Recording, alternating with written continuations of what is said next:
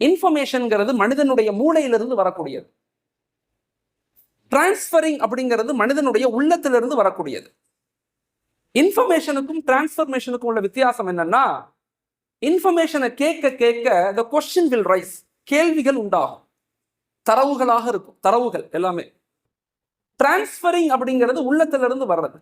அல்லாமா ரூமி ரஹ்மத்துல்லாஹ் சொல்லுவாங்க, தில் சே பாத் கர், தில் சே சுன்கர், தில் சே தேக்கர்.